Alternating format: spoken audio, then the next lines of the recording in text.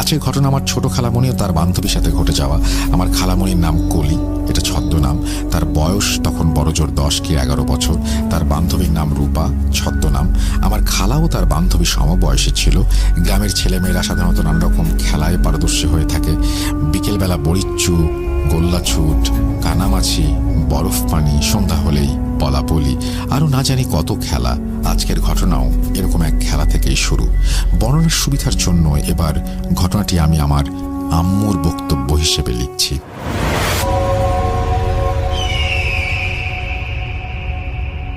সময়টা শীত চলে যাওয়ার পর একটা সময়, গরমটা ঠিকভাবে তখনও পড়েনি। বিকেলবেলা আসর ও মাগরিবের মধ্যবর্তী সময়। রূপা, কলি আর আরও প্রায় সমবয়সী 8-10টি ছেলে মেয়ে মিলে ওরা বাড়ির বড় উঠোনে সেদিন বুড়িচ্চি বা বৌচি খেলছিল। বলে দেওয়া ভালো, বৌচি কিভাবে খেলতে হয় কম বেশি সবাই জানি।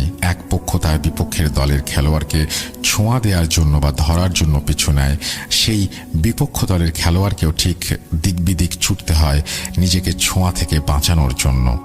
বাচ্চারা হই হুল্লোড় করে খেলছে। আমি, আমার মা আর অন্যান্য ভাই বোনগুলো যে যার কাজে ব্যস্ত ছিলাম। খেলা এভাবে চলতে চলতে সন্ধ্যা প্রায় হয়েই এসেছিল, কিন্তু খেলা তখনও শেষ হয়নি। খেলতে খেলতে এবার এলো কলি আর রূপার পালা। কলি দম ধরে দাবড়াবে আর রূপা নিজেকে বাঁচতে প্রাণপণে ছুটবে। যেমন নিয়ম তেমন চলল। কলি রূপাকে ধাওয়া করলো, রূপা ছুটল এদিক সেদিক। রূপা ছুটতে ছুটতে কবরস্থানের ভেতরে চলে গেল। ওদিকে কলির দম ফুরিয়ে এসেছে। কলি তখন ছুটতে ছুটতে দাঁড়িয়ে গেল আর জোরে জোরে হাঁফ ছাড়তে লাগলো। অন্যদিকে রূপা ছুটছে তো ছুটছেই, খেয়ালও করেনি যে কলি অনেক আগেই তার পিছু ছেড়ে দিয়েছে এবং সে ছুটতে ছুটতে ইতোমধ্যেই কবরখানার মধ্যে চলে গেছে। কলি সেই বিষয়টি অতটা বিশেষভাবে গ্রাহ্যও করেনি। রূপা চলে আয় বলে ওখান থেকে ফিরে চলে এলো। এরপরই মাগরিবের আজান শুরু হলো। খেলায় ভঙ্গ দিয়ে সব ছেলেমেয়েরা যে যার বাড়ির পথে চলে গেল, অথচ রূপা কিন্তু ফেরেনি। এমনকি কেউ তা খেয়ালও করেনি। রূপার সাথে এরকম ঘটনা যখন ঘটছে তখন মাগরিবের পর বেশ কিছু সময় পার হয়ে গেছে। ওদিকে খেলা শেষ করে সব ছেলেমেয়েরা যে যার বাড়ি চলে গেলেও রূপাকে বাড়িতে না পেয়ে তার বাড়ির লোকরা সবখানে খুঁজতে থাকে।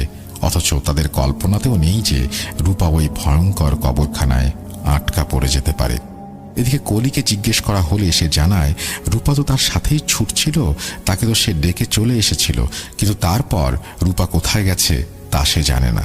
এই খোঁজাখুঁজির মধ্যেই সবাই রূপার কষ্টে ভরা চিৎকার শুনে কবরস্থানের দিকে ছুটে যায়।